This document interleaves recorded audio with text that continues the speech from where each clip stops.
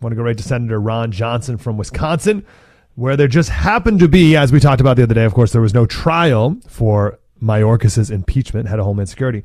There was a bit of a mini trial yesterday in front of Ron Johnson's committee with Mayorkas previously scheduled to be there. Senator, how are you, sir? Doing well, Mike. How about yourself? Good. We went over yesterday Article 1 and Article 2 of the impeachment from the House. Article 1, I could see how someone could spin it around and twist it and say, oh, these are subjective political accusations, and he may be not following this law, but he's following these laws, and he's following orders, blah, blah, whatever.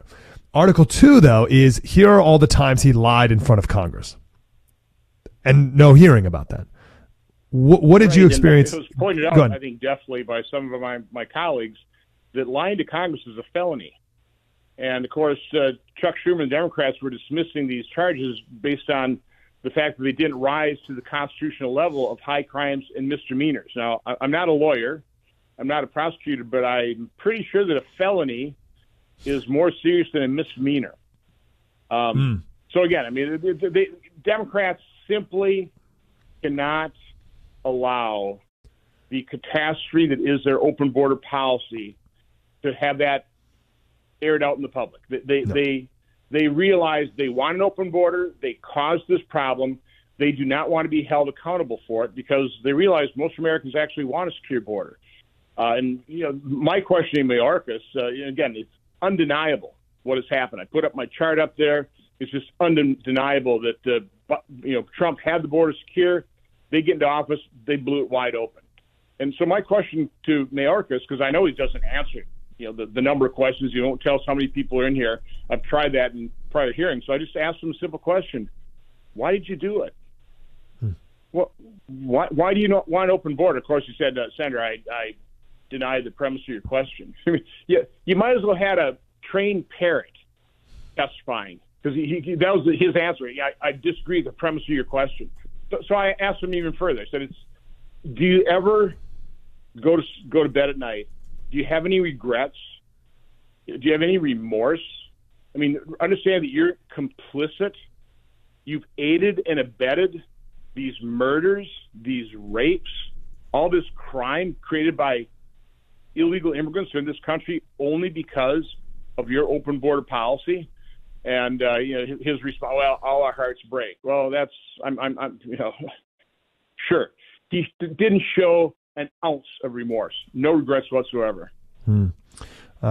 We talked yesterday about his motivation. We tried to figure it out about his family background and the trip he took to Kenya to visit with the Somali refugees there, and about how that should define us as Americans and who we should be serving and how. But this line's pretty succinct. He spoke to Al Sharpton's group. He said, "It's all about achieving equity, which is really the core founding principle of our country." So it's not, but maybe he was just talking about within DHS. But then in 2021, he said, "We are building an immigration system that is designed to ensure due process, respect human dignity, and promote equity." So that's in our country. So here we see the fruit of it 3 years later. We have an immigration system that promotes equity. And what's been the fruit of that, Senator? Division, destruction of this country. It's simply, we're all about equal opportunity. We're all about freedom and liberty. But equity that's a radical left concept that simply never works. It destroys societies. It results in totalitarian regimes, which is what we're facing right now. I mean, take a look at what the left is doing. I mean, they scream that Trump is a danger to democracy while they are the danger to democracy. It's a classic leftist tactic. Accuse your political opponent of doing exactly what you're doing. And right now, the radical left, which is the Democrat Party, is destroying this country. We need to stop them. And more Americans have to open up their eyes to what is happening. The left is very good at hijacking terms, using terms like equity that sound good. They're liberal. They are the most illiberal group of people possible. They're progressives. They're taking us back to totalitarianism. So again, they're good at using words. And of course, they're backed up by their lapdogs in the mainstream media, which is a real problem for us. A real problem, because most Americans get their news feeds now from social media, which are owned and operated by a bunch of radical leftists themselves, Mark Zuckerberg, etc. we got talk radio. We got people like you trying to explain things to people. George Soros is buying. George Soros is buying all the AM talk radio stations. So not this one, but the AM one. So even that's not for long. We talked with your colleague, Senator Marshall, yesterday. He made the point that there's been 21 impeachments.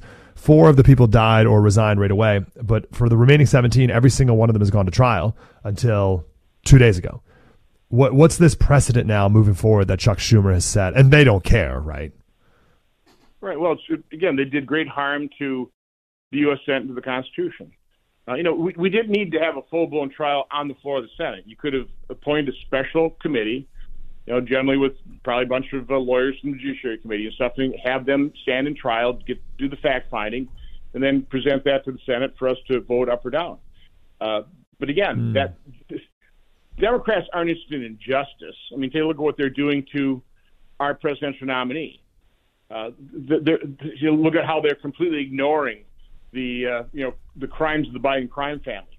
They're interested in power, and they realize that if the American public really had got a good look, a good gander at what the consequences are of their open border policy. If we went through case by case of the murders, of the rapes, of the assaults, I did the stats from CBP. I think murders are up 17-fold by illegal immigrants the last 3 years over 2020. I think assaults are up something like 5 times. Rapes are up 2.5 times. Again, that is the direct result of not only Biden, not only Mayorkas, but Democrats. I mean, they all want open borders. This is their party position. That's why they voted down an amendment to just complete the wall we'd already bought and paid for. It was costing us more not to build it. They all voted against that because they want this.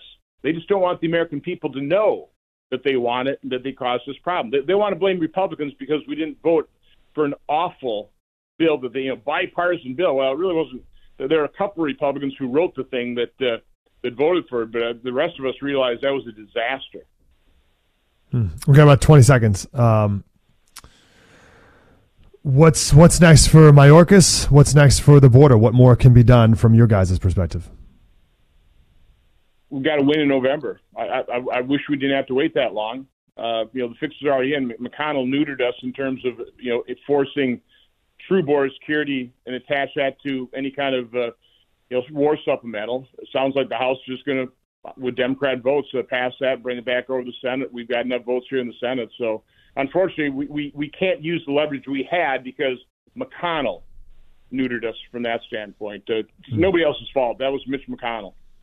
Amazing. Ron Johnson, Senator from Wisconsin. Thank you, Senator. Appreciate it. Take care. Bye. Have a great day. Keep it up.